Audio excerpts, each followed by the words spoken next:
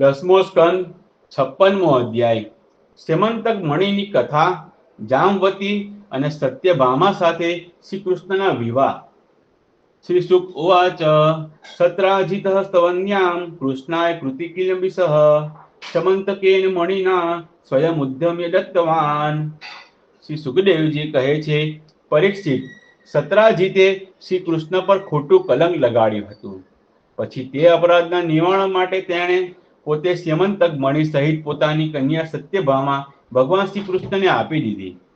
રાજા પરીક્ષિતે પૂછ્યું, ભગવાન, સત્રાજીતે ભગવાન શ્રી કૃષ્ણનો શો અપરાધ કર્યો હતો? તેને સ્યમંતક મણિ ક્યાંથી મળ્યો અને તેણે પોતાની કન્યા તેમને કેમ આપી? શ્રી સુખદેવજીએ કહ્યું, પરીક્ષિત, સત્રાજીત ભગવાન સૂર્યનો મહાન ભક્ત હતો। તેથી સૂર્યદેવ સત્રાજીતના પરમ મિત્ર બની ગયા હતા। સૂર્ય ભગવાને જ પ્રસન્ન થઈને બહુ પ્રેમથી તેને સ્યમંતક મણિ આપ્યો હતો। સત્રાજીતે તે મણિને ગળામાં પહેરતા તે સૂર્યના જેવો ચમકવા લાગ્યો। પરીક્ષિત, જ્યારે સત્રાજીત દ્વારકામાં આવ્યો ત્યારે અત્યંત તેજસ્વીતાને લીધે લોકો તેને ઓળખી ન શક્યા।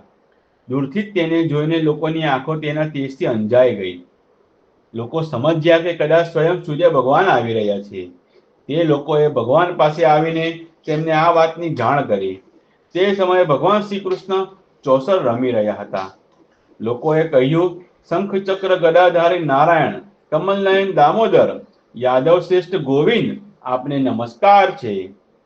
જગદીશ્વર, જુઓ, પોતાના પ્રકાશમાન કિરણોથી લોકોની આંખોને આંજી દેતા પ્રચંડ રશ્મિ ભગવાન સૂર્ય આપના દર્શન કરવા આવી રહ્યા છે।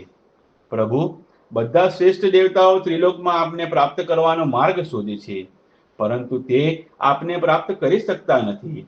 આજે આપને યદુવંશમાં છુપાયેલા જાણીને સ્વયં સૂર્યનારાયણ આપના દર્શન કરવા આવી રહ્યા છે। શ્રી સુખદેવજી કહે છે, પરીક્ષિત, અજાણ્યા લોકોની આ વાત સાંભળીને કમલનયન ભગવાન શ્રી કૃષ્ણ હસવા લાગ્યા। તેમણે કહ્યું, અરે, આ સૂર્યદેવ નથી, આ તો સત્રાજીત છે, જે મણિને લીધે આટલો પ્રકાશિત થઈ રહ્યો છે। ત્યારબાદ સત્રાજીત પોતાના સમૃદ્ધ ઘરમાં આવી ગયો। ઘરમાં તેના શુભાગમનના નિમિત્તે મંગલ ઉત્સવ મનાવાઈ રહ્યો હતો। તેણે બ્રાહ્મણો દ્વારા સ્યમંતક મણિને એક દેવ મંદિરમાં સ્થાપિત કરાવી દીધો। પરીક્ષિત, તે મણિ દરરોજ 8 ભાર સોનું આપતો હતો અને જ્યાં પૂજાઈને રહેતો હતો ત્યાં દુકાળ, મરકી, અમંગળો, સર્પો, માનસિક પીડા, શારીરિક પીડા, અશુભો કે માયાવીઓ રહી શકતા ન હતા। એકવાર ભગવાન શ્રી કૃષ્ણે પ્રસંગવશ કહ્યું, સત્રાજીત, તમે તમારો મણિ રાજા ઉગ્રસેનને આપી દો। પરંતુ તે એટલો અર્થલોલુપ લોભી હતો કે ભગવાનની આજ્ઞાનું ઉલ્લંઘન થશે એનો વિચાર ન કરીને તેનો અસ્વીકાર કરી દીધો। એક દિવસ સત્રાજીતનો ભાઈ પ્રસેન તે પરમ પ્રકાશમાન મણિને પોતાના ગળામાં પહેરીને ઘોડા પર બેસી શિકાર કરવા વનમાં ચાલ્યો ગયો। ત્યાં એક સિંહે ઘોડા સહિત પ્રસેનને મારી નાખ્યો અને તે મણિને છીનવી લીધો। તે સિંહ હજી પર્વતની ગુફામાં પ્રવેશ કરી રહ્યો હતો કે મણિને માટે વૃક્ષરાજ જામવાને તે સિંહને મારી નાખ્યો। તેમણે તે મણિ પોતાની ગુફામાં લઈ જઈને છોકરાઓને રમવા માટે આપી દીધો। પોતાનો ભાઈ પ્રસેન ઘેર પાછો ન આવતા સત્રાજીતને બહુ દુઃખ થયું। તે કહેવા લાગ્યો, સંભવ છે કે શ્રી કૃષ્ણે જ મારા ભાઈને મારી નાખ્યો હોય, કેમ કે તે મણિ પહેરીને વનમાં ગયો હતો। સત્રાજીતની આ વાત સાંભળીને લોકો પરસ્પર આવી વાતો કરવા લાગ્યા। જ્યારે ભગવાન શ્રી કૃષ્ણે સાંભળ્યું કે આ કલંક મારા ઉપર જ લગાડવામાં આવ્યું છે, ત્યારે તેઓ તે કલંકને ધોઈ નાખવાના બહાને નગરના થોડા સભ્ય પુરુષોને સાથે લઈને પ્રસેનને શોધવા માટે વનમાં ગયા। ત્યાં શોધતા શોધતા લોકોએ જોયું કે ઘોર જંગલમાં સિંહે પ્રસેનને અને તેના ઘોડાને મારી નાખ્યા છે। જ્યારે તે લોકો સિંહના પગ ચિહ્નો જોતા જોતા આગળ વધ્યા ત્યારે તે લોકોએ એ પણ જોયું કે પર્વત પર એક રીંછે સિંહને પણ મારી નાખ્યો છે।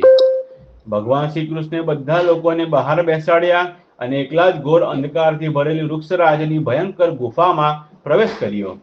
ભગવાને ત્યાં જઈને જોયું કે શ્રેષ્ઠ મણિ સ્યમંતકને બાળકોનું રમકડું બનાવી દીધો છે। તેઓ તે મણિને હરી લેવાના ઈરાદે તે બાળકો પાસે જઈને ઊભા રહ્યા। તે ગુફામાં એક અપરિચિત મનુષ્યને જોઈને બાળકોની ધાય ભયભીત થઈને બૂમો પાડવા લાગી। તેની બૂમો સાંભળીને પરમ બળવાન વૃક્ષરાજ જામવંત ક્રોધિત થઈને ત્યાં દોડી આવ્યા।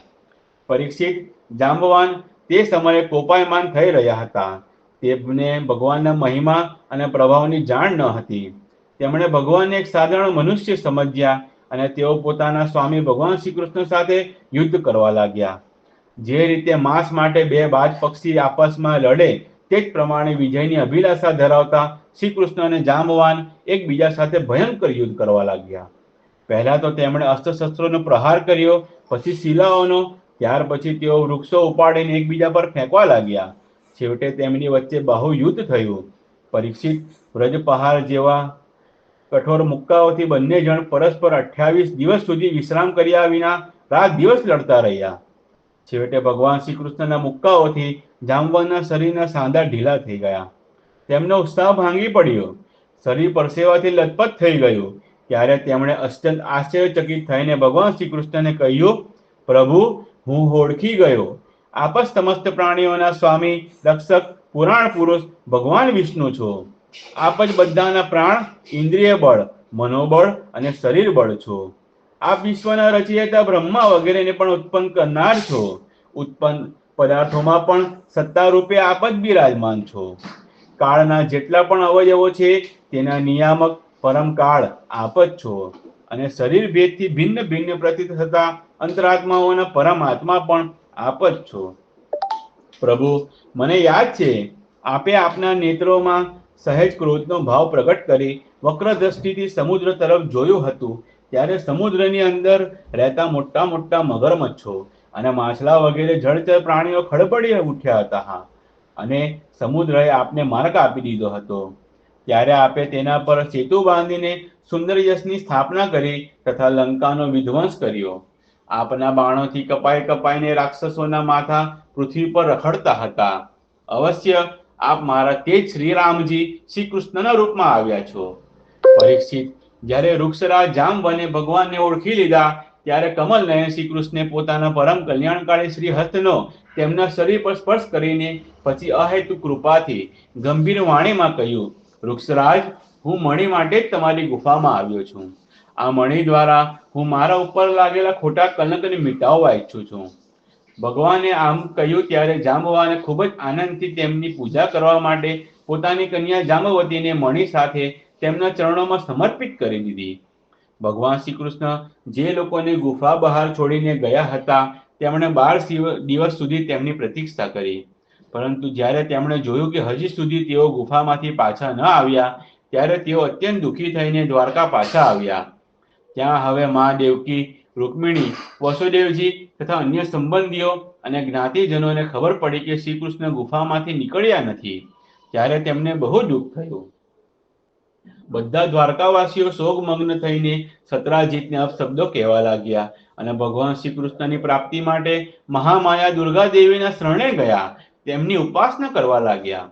તેમની ઉપાસનાથી દુર્ગા દેવી પ્રસન્ન થયા અને તેમને આશીર્વાદ આપ્યા. તે જ સમયે તેમની વચ્ચે મણિ અને પોતાની નવી પત્ની જાંબવતી સાથે પોતાનો મનોરથ સફળ કરીને શ્રી કૃષ્ણ બધાને પ્રસન્ન કરતા ત્યાં પ્રગટ થઈ ગયા.